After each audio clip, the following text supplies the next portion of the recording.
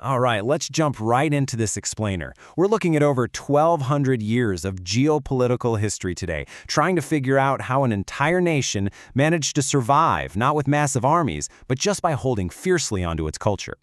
So the really big question we're exploring today is kind of mind-blowing. How exactly do you survive for 12 centuries without your own borders? And the answer? It's all about identity. They didn't rely on military might. Instead, they leaned completely on the stubborn, unyielding preservation of their own language. To make sense of this massive timeline, we've split things up into 4 chapters. We've got the first Slavic state, surviving the Habsburg Empire, the Yugoslav century, and finally, independence and beyond. When you trace this out chronologically, it's a completely dizzying succession of rulers. You got these massive empires constantly swallowing up this territory.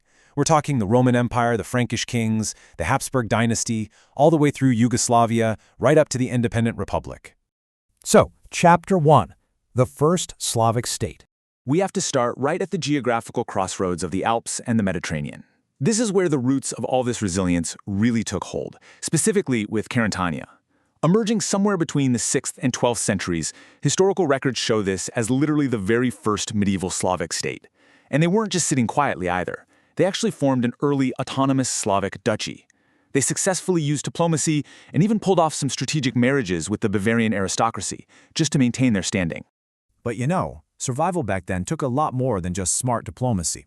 Pushed up into these really harsh, mountainous, totally unfertile terrains, they had to develop an incredible resilience to awful climates and massive floods. They built natural defenses, they got super heavily into mining gold, silver, and iron, and incredibly, they actually held on to full independence for 2 whole centuries before finally falling to the Franks in the 8th century. Which brings us to Chapter 2, surviving the Habsburg Empire.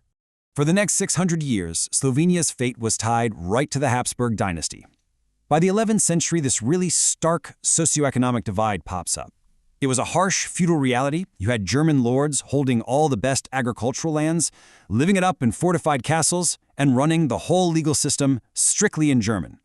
Meanwhile, the Slovenian peasants were pushed out to the mountains and forests, working as agrarian tenants. But, and this is absolutely crucial to our story, they were quietly preserving their entire community just by speaking their native Slovenian tongue.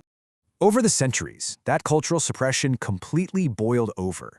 In 1840, an emperor's decree kicked off a really strict Germanization process. And to give you a sense of just how extreme this got, legally only 5 communes were allowed to use Slovenian as an official language. They even flat-out prohibited the performance of traditional Slovenian folk music at any entertaining events. Crazy, right? The local intellectuals absolutely saw the writing on the wall. They knew total cultural erasure was a real threat. Jernej Krajcar, he was this early 19th century language reformer, actually wrote that these conquests left them in utter slavery and threatened to destroy the very soul of these nations. They figured out pretty quickly that they had to weaponize their language to spark a national awakening. And wow, did they ever spark it. The public fought back with this immense wave of artistic resistance. First, they founded Ljubljana Slovenian National Theatre. Then, when political clampdowns stopped them from gathering, these semi-legal choral societies cleverly disguised themselves as folklore ensembles. House music absolutely exploded in living rooms. And honestly, my favorite detail, to keep the identity alive, the very first Slovenian newspapers were being printed and read right in the muddy trenches of World War I. All right, Chapter 3, the Yugoslav century. As World War I absolutely shattered the Austro-Hungarian Empire, the Slovenians were suddenly thrust into this wild, dizzying sequence of forced alliances. Just look at how fast the geopolitical map changed. From the front lines of World War I in 1914, they get pushed into the Kingdom of Serbs, Croats, and Slovenes in 1918. That morphs into the Kingdom of Yugoslavia in 1929. Then a brutal partition during World War II in 1941, ultimately leading to the Socialist Federal Republic of Yugoslavia by 1945. That World War II partition, it was literal, and it was devastating. Germany annexed the West, totally isolating the capital, Ljubljana, right behind military lines. Italy grabbed the southern areas, and Hungary claimed the east. But, staying true to that stubborn resilience, getting carved up by 3 different powers just prompted them to immediately and secretly form a highly organized underground resistance, the coalition of anti-fascist organizations. Now, the economic bounce back during the post-war era is just staggering. To put this into perspective, Despite making up only 10% of the entire Yugoslav population, Slovenia was out there generating an astonishing 20% of Yugoslavia's overall market value. Backed by a highly qualified workforce and this really rapid post-war industrialization, this little agrarian nation secretly evolved into the undisputed economic engine of the whole socialist state. They actually built up a standard of living that was pretty much on par with nations in Western Europe. And that takes us to our final chapter, Chapter 4, Independence and Beyond. So the climax of our whole explainer arrives as the Yugoslav experiment really starts to crumble. Slovenia finally sees an opening for the sovereignty it had been waiting for literally a millennium. And it happened fast. In 1988, the creative and intellectual energy of the Slovene Spring sparked these massive peaceful protests that directly paved the way for the first free multi-party elections in April 1990. Then, riding that momentum, Slovenia officially declared its independence and sovereignty on June 26, 1991.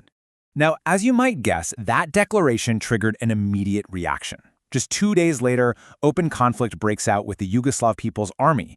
It's known as the 10-Day War. Brief, but incredibly intense, and it successfully cemented their status. By December of that same year, they had representation in the United Nations, and by January 1992, they got mutual recognition with Croatia. They had finally stepped onto the global stage. Of course, true independence came with one massive hangover. The brand new government had to immediately tackle these ridiculously complex legacy issues. They had to defend their borders against historic claims on the Mura River. They literally had to go to the International Court of Justice over lost sea access they had actually lost way back in 1787. Add to that absorbing massive financial debts from old treaties, all while trying to build an entirely new market-oriented political system completely from scratch. But despite all those massive structural hurdles, they adapted incredibly fast. Fast forward to 2004, and Slovenia achieves the monumental milestone of joining both the European Union and NATO. That really proved their economic and political stability to the rest of the world. This was the ultimate sign of their integration into Western Europe. On January 1, 2007, Slovenia officially shook off its transitional past and adopted the euro. They were actually the very first of the new member states from the former socialist bloc to cross that finish line. Which leaves us with this final thought. After a 1,200-year survival story, fueled almost entirely by the stubborn power of their own words, their music, and their culture, we have to ask, with their borders finally secure and statehood fully achieved, what kind of legacy will the Slovenian identity build over the next 1,000 years now that they finally have a country to call their own?